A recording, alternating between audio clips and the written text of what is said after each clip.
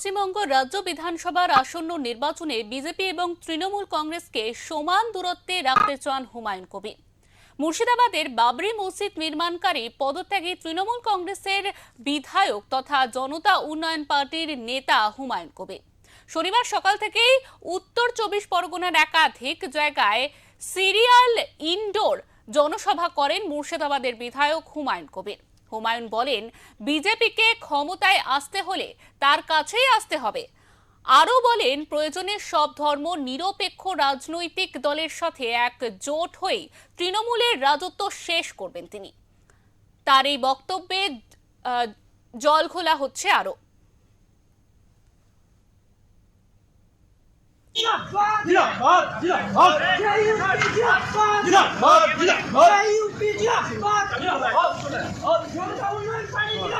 ছবিটা ঢুকে যাবে, লোক কেউ সামনে যাবে না, কেউ সামনে যাবে না।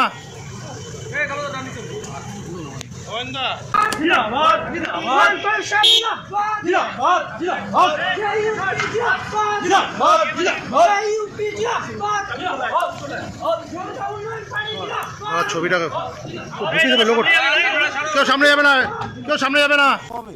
বিজেপির কোনো সাহায্যের দরকার নয়। বিজেপিকে আগামী দিনে বাংলার রাজনীতিতে টিকে থাকতে গেলে, ওই 77-তে পৌঁছাতে গেলে আমাদের মতো লোকের সাহায্য চাইতে হবে। তা নাহলে আমরা বাংলার ধর্মনিরপেক্ষ যে দল, সেই দলগুলি একসাথে মিলে বিজেপিকেও এখানে ক্ষমতায় বসতে দেব না। আর এই জুইচোরের পার্টি, যে তুলাবাজের নেত্রী, যে তুলাবাজে ভর্তি হয়ে গেছে গোটা দলটা, এই মমতা ব্যানার্জিকে আর চতুর্থবারের জন্য মুখ্যমন্ত্রীতে বসতে